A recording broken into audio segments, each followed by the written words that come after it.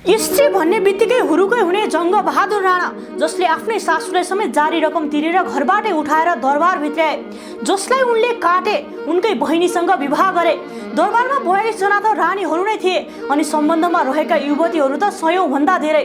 तर तिनी सुसारी युवतीहरूमध्ये एउटा यस्ती प्रेमिका थिइन् जसले त्यो गोप्य सूचना नदिएको भए जङ्गबहादुर भण्डारखाल पर्वमै मारिने थिए र नेपालमा 104 वर्ष राणा शासनको जग नै बस्ने थिएन। आउनुहोस् आज गहिरोसँग जानौं जङ्गबहादुरका अनौठा काण्डहरू। विक्रम सम्वत 1874 मा जन्मेका उनको वास्तविक नाम वीर नरसिंह कुँवर थियो। उनको जिद्दी र निडर स्वभाव देखेर मामा मातवर सिंह थापाले नाम राखिदिएका थिए जङ्गे। शक्तिशाली भीमसेन थापाको खलकमा जन्मेकाले उनको बाल्यकाल शानदार थियो। सानैमा विवाह र 11 वर्षको उमेरमै सेनाको सेकेन्ड लेफ्टिनेन्ट। तर विक्रम सम्वत 1894 मा भीमसेन थापाको पतनसँगै जङ्गबहादुरको परिवारको जागिर खोसियो, सम्पत्ति जफत भयो। रातारात सडकमा पुगेपछि तनावमा परेका जङ्गे जुवाको घोर कुलतमा फसे र बाँकी रहेको धन पनि जुवामै उडाएर कंगाल बने। पहिलो पत्नी प्रसाद लक्ष्मीको उमेर नपुग्दै निधन भएपछि उनी अर्को छोरी माग्न ससुरा काजी प्रताप सिंह बस्नेतकोमा पुगे।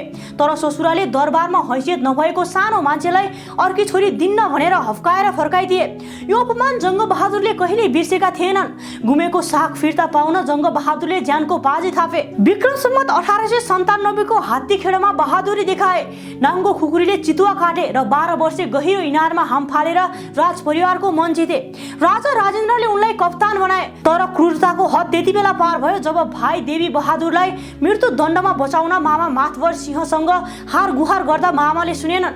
यही रिसमा विक्रम सम्वत 1902 जेठ 2 गते राति जङ्गबहादुरले आफ्नै मामा मातवर सिंहलाई दरबारमै गोली हानेर हत्या गरिदिए। मामाको हत्यापछि रानी राज्य लक्ष्मीको विश्वास जितेका जङ्गेले रानीका प्रिय पात्र गगन सिंहको गोप्य हत्या गराए। त्यही हत्याको बदला लिन रानीले विक्रम सम्वत 1903 भदौ 31 मा बोलाएको कोत पर्वमा जङ्गबहादुरको इसारामा 31 भन्दा बढी उच्च भारदारहरूको कत्लेआम भयो। जङ्गबहादुर देशको प्रधानमन्त्री बने, सत्ताको शिखरमा पुगे। जङ्गबहादुरले आफ्ना पुराना बदलाहरू लिन थाले।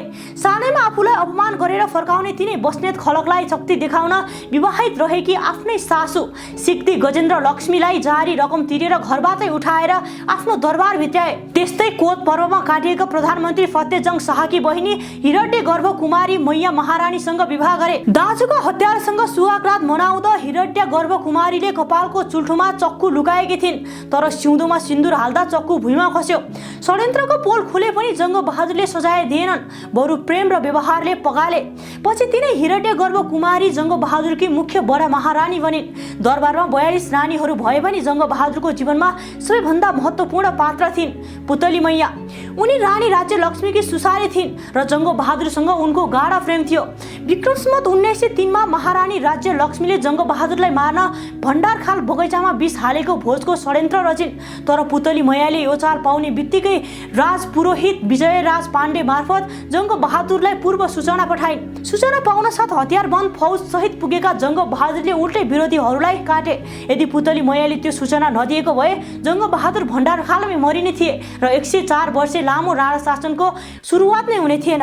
यसै कारण जङ्गबहादुरले उनलाई पुतली रानीको दर्जा दिए र उनीबाट जन्मेका छोरा बबरजङलाई रोल क्रममा समेत राखे। विक्रम सम्वत 1933 मा जङ्गबहादुरको निधन हुँदा तिनै पुतली मैया पतिको टोपी र जुत्ता काखमा राखेर चितामा सती गइन्। भण्डारखाल पर्वपछि जङ्गबहादुरले राजा राजेन्द्रलाई हटाएर सुरेन्द्रलाई राजा बनाए र आफू सर्वशक्तिमान बने।